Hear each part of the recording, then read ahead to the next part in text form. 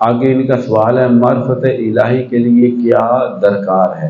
اچھا جی، تھوڑا جہا پیڑ نہ پا لیے۔ کہا گیا ولایت دو طرح کی ہے۔ ولایت ایک ہے کسبی، ایک ہے وہبی، یعنی ولایت کی قسمیں ہیں دو، ایک کسب کے ذریعے ملے اور ایک اللہ کی عطا سے ملے۔ جو کسب عبادت کے ذریعے ملے، کوشش کر کے، محنت کر کے، ریاضت کر کے، مجاہدہ کر کے ملے، اسے کسبی ولایت کہتے ہیں، اور جو اللہ کی طرف سے عطا ہو جائے اسے وہبی ولایت کہتے ہیں۔ تو یہ ولایت کی دو قسمیں آپ کو تصوف کے ہر کتاب میں دیکھنے کو سننے کو ملیں گی، مگر یہ فقیر پوری تسلی سے بات کر رہا ہے، تصدیق سے بات کر رہا ہے۔ ولایت کی ایک ہی قسم ہے اور وہ ہے وہبی، وہ ہے وہبی۔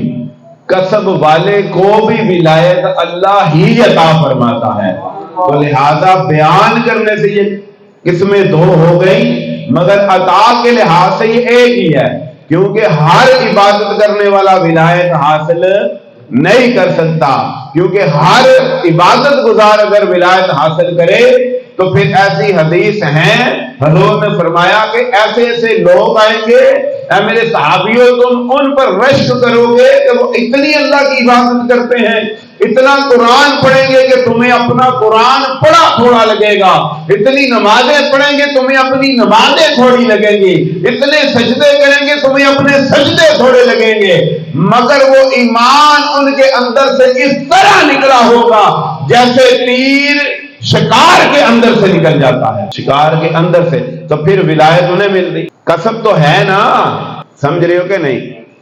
کسب تو وہاں بھی پایا جا رہا ہے، کسب سے مراد ہے عبادت کرنی، ریاضت کرنی، مجاہدہ کرنا۔ تو یہاں پر سوال ہے کیا ہر عابد اور زاہد کو ولایت حاصل ہے؟ جواب سادہ سا ہے نہیں۔ تو پھر ولایت ایک ہے، وہ ہے وہبی، جو اللہ عطا فرما دے۔ ولایت پھر جو اللہ عطا فرما دے، اللہ کے فضل سے ہے، اللہ کے فضل سے ہے ولایت، ٹھیک ہے؟ تو جب یہ تھوڑی سی بات سمجھ میں آ گئی کہ ولایت اللہ کے فضل سے ہے، تو پھر یہ بات سمجھنے کے لیے آسان ہو گئی کہ ولایت معرفت کے لیے کیا درکار ہے۔ معرفت کے لیے جو پہلی چیز درکار ہے وہ اللہ کا فضل ہے، اللہ کا فضل ہے، اور دوسری چیز جو درکار ہے وہ کوشش، کسب، وہ کسب ہوگی عطا رب کے فضل سے معرفت الہی۔ میں نے اس لیے یہ تھوڑی سی جناب علیہ کیا پیڑ پالا سمجھنا لے سمجھ آتی ہے نا، ہر بندے نے سمجھ نہیں آتی۔ جیسے کسب سے ولایت نہیں پائی جا سکتی، کسب کر کر کے بندہ اس درجے پر پہنچ جاتا ہے کہ اب رب چاہتا ہے کہ اسے ولایت دے تو دیتا ہے، کسب کے ذریعے نہیں لیتا، اللہ کے فضل کے ذریعے لیتا ہے۔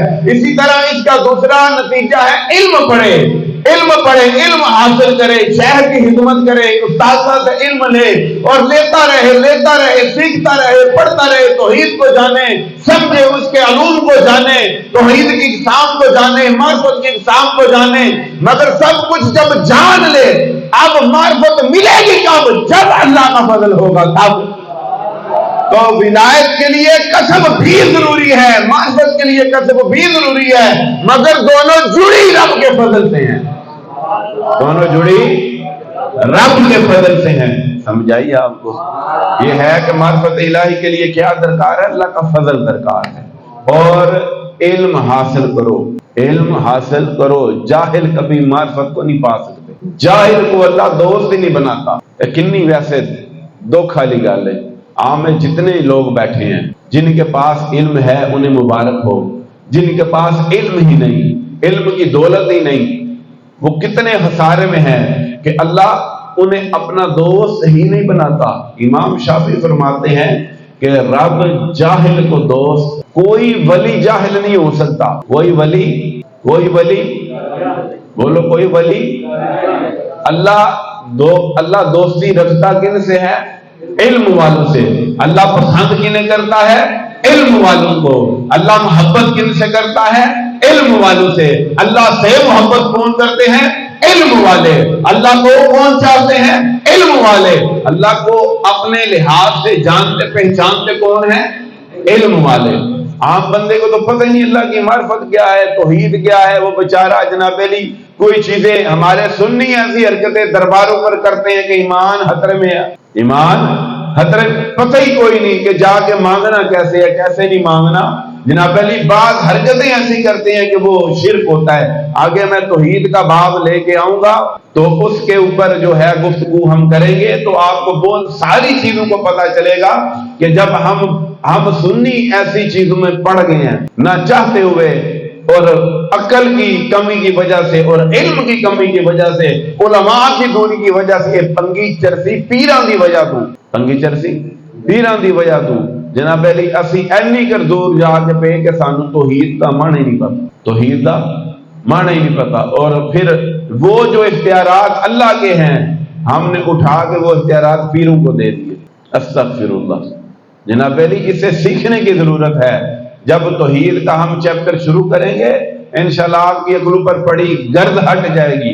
آپ سے مراد جہاں میری آواز جاتی ہے، آپ تو ماشاءاللہ پڑھے لکھے لوگ ہیں، اور ہم آپ کو عرصے سے تصوف سکھا رہے ہیں اور تصوف کی اصل چیزیں جو ہیں وہ آپ کے سامنے رکھ رہے ہیں۔